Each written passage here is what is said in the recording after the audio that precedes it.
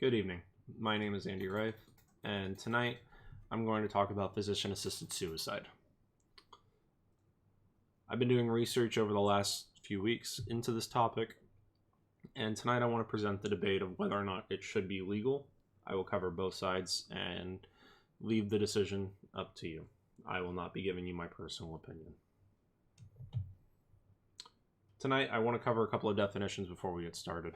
I'm specifically talking about physician-assisted suicide. This is going to be where medication is prescribed by a doctor to a terminally ill patient, and then that patient, of their own autonomy, must take the medication to end their own life.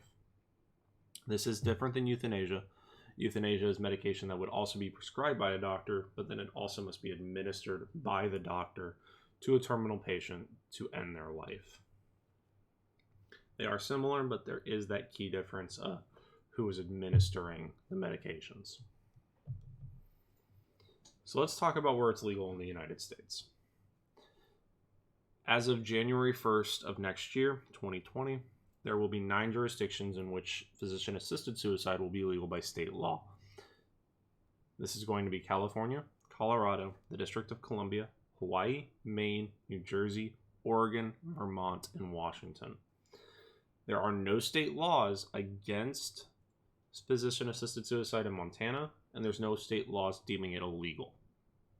In 2009, there was the state Supreme Court upholding the physician's ability to prescribe medication to a mentally competent patient by their request to hasten their own death, and that can be utilized as a justification for defense in a homicide or murder trial. Arguments against physician-assisted suicide.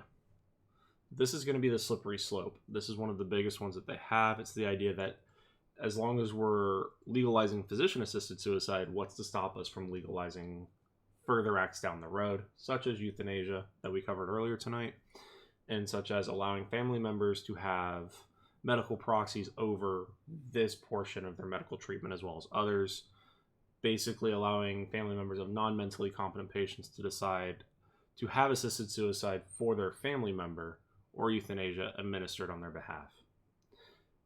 The other argument we're going to cover tonight is going to be the inherent value of human life. The idea that all human life has value regardless of what is occurring in that person's life at the time. Slippery slope argument. This is the argument that, like I stated earlier, as long as we're legalizing physician-assisted suicide, we're going to further legalize further acts. In the United States, Oregon has the most comprehensive data on legalized physician-assisted suicide dating back to 1999.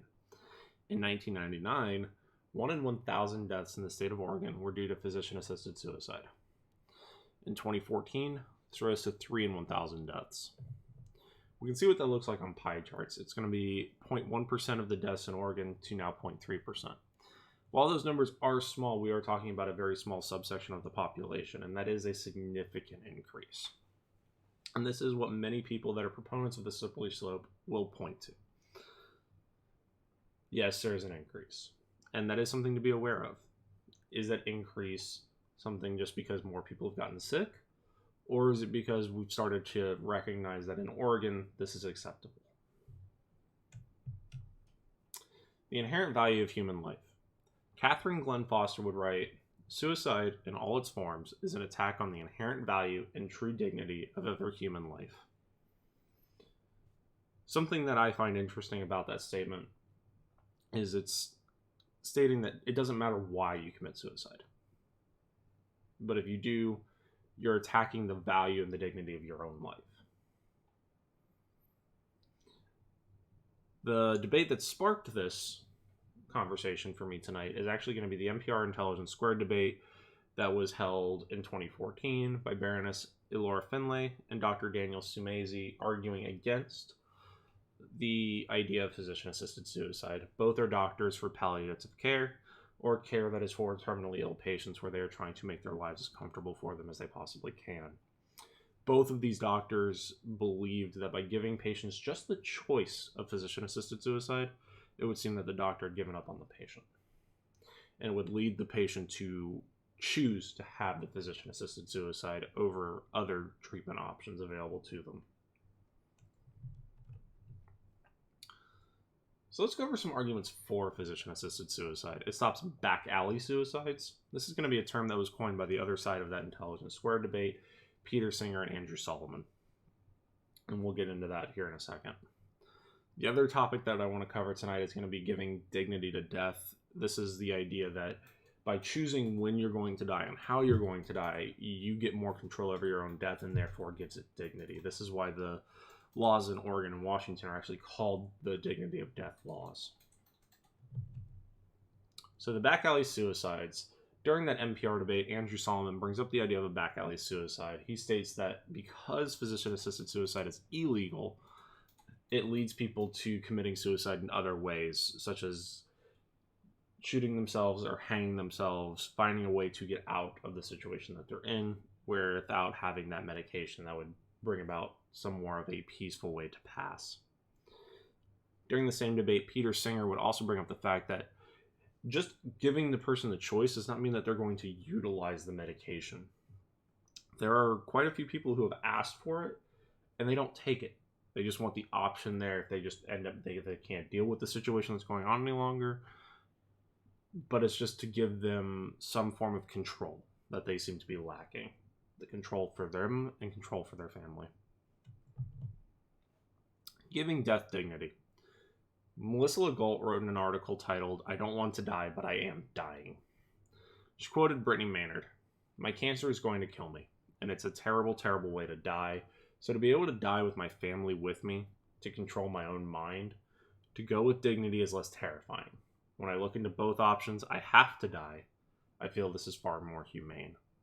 Brittany Maynard is going to be a 29-year-old woman that was living in California in 2014 when she was diagnosed with a terminal brain cancer. Brittany attempted treatments to prolong her life with little to no effect. Brittany would then move to Oregon to get physician-assisted suicide, as at the time California did not offer it. It was not legal in that state.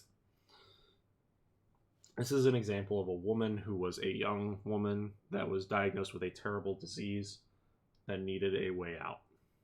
And she herself would say, "I feel this is far more humane for me to die this way on my own terms than it is for me to wait around and wait for this disease to take me."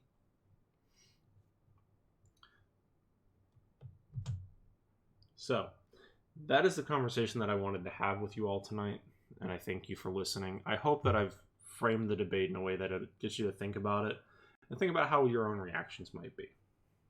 Thank you.